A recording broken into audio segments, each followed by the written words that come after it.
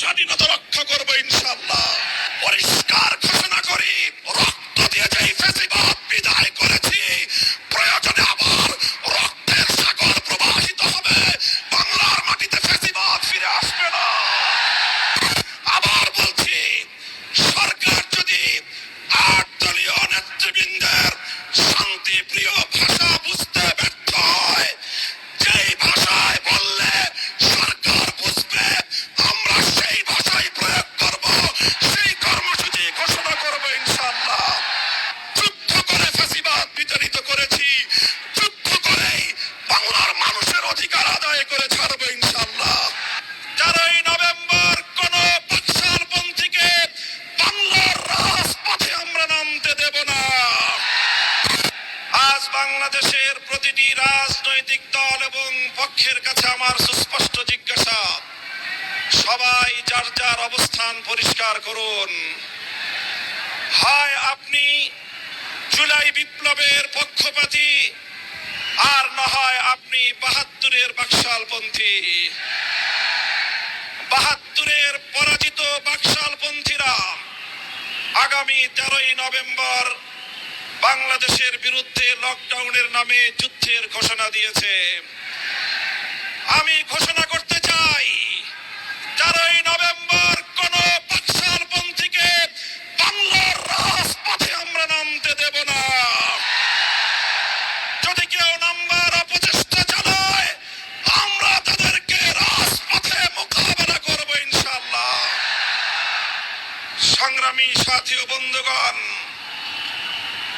2024-এর জুলাই বিপ্লব সহস্রাধিক তাজা প্রাণের রক্তের বিনিময়ে অর্জিত এই বিপ্লব। এই বিপ্লবের ভিত্তিতে আগামী বাংলাদেশ পরিচালিত হওয়ার জন্যই ঐক্যমতের ভিত্তিতে জুলাই সনদ প্রণীত হয়েছে। এই জুলাই সনদ কোন কাগজে সনদ হিসেবে আমরা দেখতে চাই না। জুলাই সনদকে আমরা আগামীর বাংলাদেশের রূপরেখা হিসেবে দেখতে চাই। এজন্য আমরা 8 দলের পক্ষ থেকে বলেছি, অনতিবিলম্বে জুলাই সনদকে সরকারি আদেশের মাধ্যমে এর প্রাথমিক আইনি ভিত্তি প্রদান করতে হবে। এরপরে আগামী ত্রয়োদশ জাতীয় সংসদ নির্বাচনের পূর্বেই গণভোটের মাধ্যমে জুলাই সনদকে চূড়ান্ত আইনি ভিত্তি প্রদান করতে হবে। এর ব্যত্যয় হলে জুলাই বিপ্লব পন্থীরা বরদাস্ত করবে না, সেটা মানবে না। আমরা সুস্পষ্ট ঘোষণা দিতে চাই, আমাদের জুলাই যোদ্ধাদের, জুলাইয়ের বিপ্লবে শাহাদাত বরণকারী বীর শহীদদের রক্ত মারিয়ে জুলাই বিপ্লবের, জুলাই সনদ বাস্তবায়নের গণভোট ছাড়া বাংলার মাটিতে আমরা আর কোনো কিছুই হতে দেব না।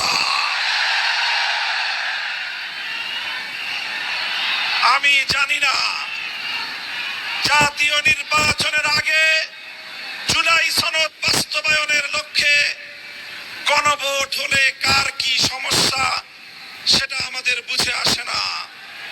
আমাদের সমস্যা হলো, জুলাই সনদের গণভোট ছাড়া যদি জাতীয় সংসদ নির্বাচন অনুষ্ঠিত হতে থাকে, জাতীয় সংসদ নির্বাচন যদি তফসিল ঘোষণা হয়ে বাস্তবায়িত হয়, অনুষ্ঠিত হয়, সেখানে অনেকগুলো বড় বড় জটিলতার সৃষ্টি হবে।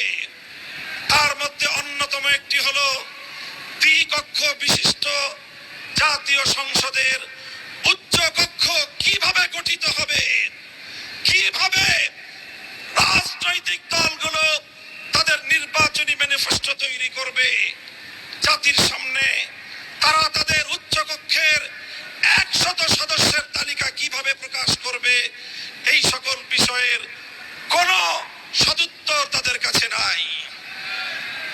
যারা জুলাই সনদের গণভোট, জাতীয় সংসদ নির্বাচনের আগে অনুষ্ঠানের ক্ষেত্রে বিরোধিতা করছেন, আমরা তাদের সমস্যার কথা জানতে চাই।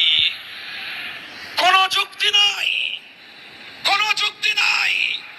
তারা জুলাই সনদের বাস্তবায়নকে ঠেকিয়ে দিয়ে বাংলাদেশে আবার ফ্যাসিবাদ কায়েম করবার ষড়যন্ত্র করছে। পরিষ্কার ঘোষণা করি, রক্ত দিয়ে যেই ফ্যাসিবাদ বিদায় করেছি, প্রয়োজনে আবার রক্তের সাগর প্রবাহিত হবে, বাংলার মাটিতে ফ্যাসিবাদ ফিরে আসবে না।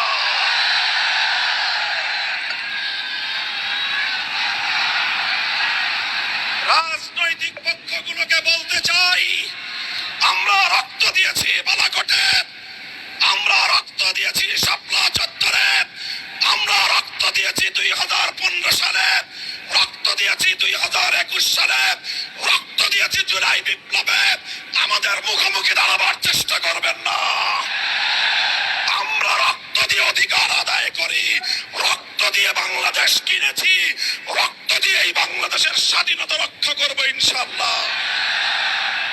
সংগ্রামী সাথী ও বন্ধুগণ, জুলাই বিপ্লবের আমার সকল সহযোদ্ধাদেরকে আমি বলতে চাই, রাজনৈতিক মতবিরোধ থাকতে পারে, নির্বাচন নিয়ে মতপার্থক্য থাকতে পারে, আপনারা যার যার নির্বাচন করবেন সেটা পরের কথা।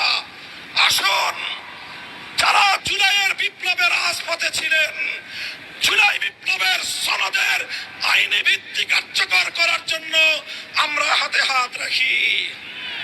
সংগ্রামী সাথী ও বন্ধুগণ, সর্বশেষ বক্তব্য, আগামী 13 তারিখ জুলাই সনদের গণভোটকে কেন্দ্র করে সরকারি সিদ্ধান্তের দিকে আমরা তাকিয়ে আছি।